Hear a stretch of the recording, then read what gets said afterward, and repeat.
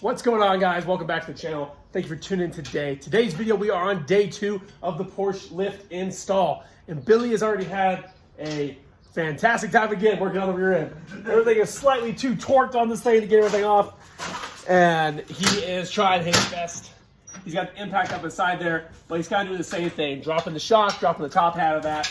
And then we will be lowering everything, possibly removing a couple of like the sway bar and all that stuff as well. So he's just trying to get up there, loosen those top bolts before we do anything. So stay tuned. We're gonna go ahead and time lapse, and hopefully we can get this guy off, and then we'll show you exactly what to do. So thanks for watching.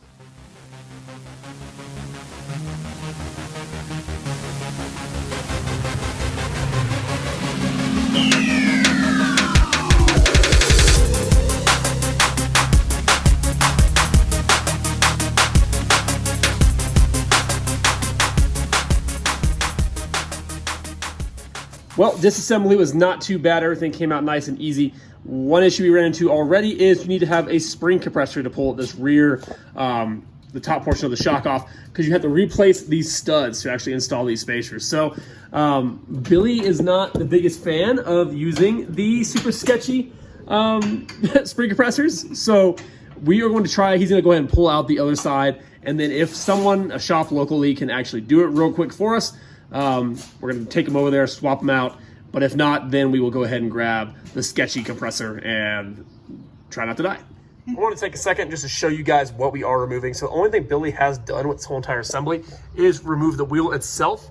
And then we are up in here where the shock top portion is. So he's going to point at that bolt there, the next bolt, which is there. And then on the other side, you have that bolt, which has been removed, and then the one right above, which he was just pointing at. So those are the 4 bolts that we are trying to get out of here. This is the one that you guys can probably see in the time lapse that has just been removed. That one, it requires like a 2-foot extension, lots of different joints, 90-degree swivel, or just swivel at the top end. A little bit of pain. So just be prepared for that. But other than that, once you remove those bolts, you just drop the lower shock bolt, which is here, which in turn disconnects your sway bar and link, which is there. And then everything drops out. So then that's when we're gonna get back down to where the strut is fully removed, and we will be compressing that spring. And make sure you support this before you release the tension on this bolt. And then what we are gonna do is we're gonna try it out. We already removed the front sway bar. We're gonna go ahead and remove the rear as well. So it's just these 2 bolts here, 1 and 2, and then you have the other 2 down there. So once those are all pulled out, the sway bar should be pulled out as well. And again, that should just give us a couple, maybe an inch or 2 more of flex. So we are gonna go ahead and do that. So stay tuned. And while Billy continues that disassembly, I just want to take a second to talk about his wheel and tire setup. So these are actually a set of Jeep JK wheels that I actually had on my Jeep. So he went ahead and took those from me. These are going to be his temporary wheel setup.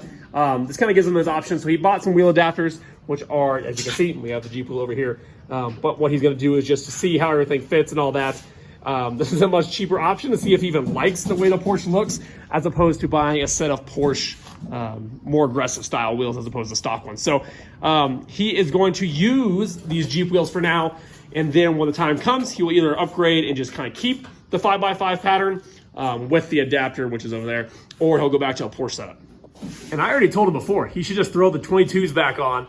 They are glossy, they are shiny, but they're just sitting up there on a shelf. Why not just put some 35s on those and throw those guys back in the Porsche? So maybe that'll be an option down the road.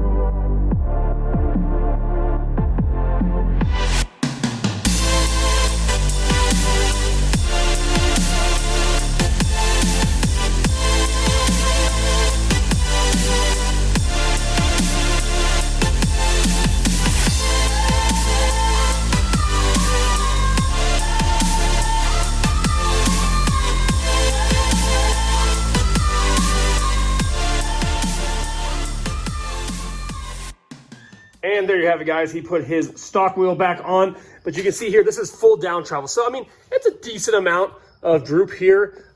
It is just hardly touching the ground down there. So what we're gonna go ahead and do is drop the jack stands, and then we'll see how she sits.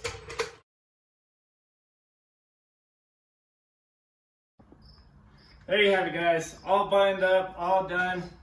Finish up the rear. I absolutely love it. It looks mean. I gotta still put the Jeep wheels on it. Gotta do a little modification to them and then get an alignment. But yeah, that's it for now. I'll show you guys it on the trail. Thanks for watching. Like and subscribe.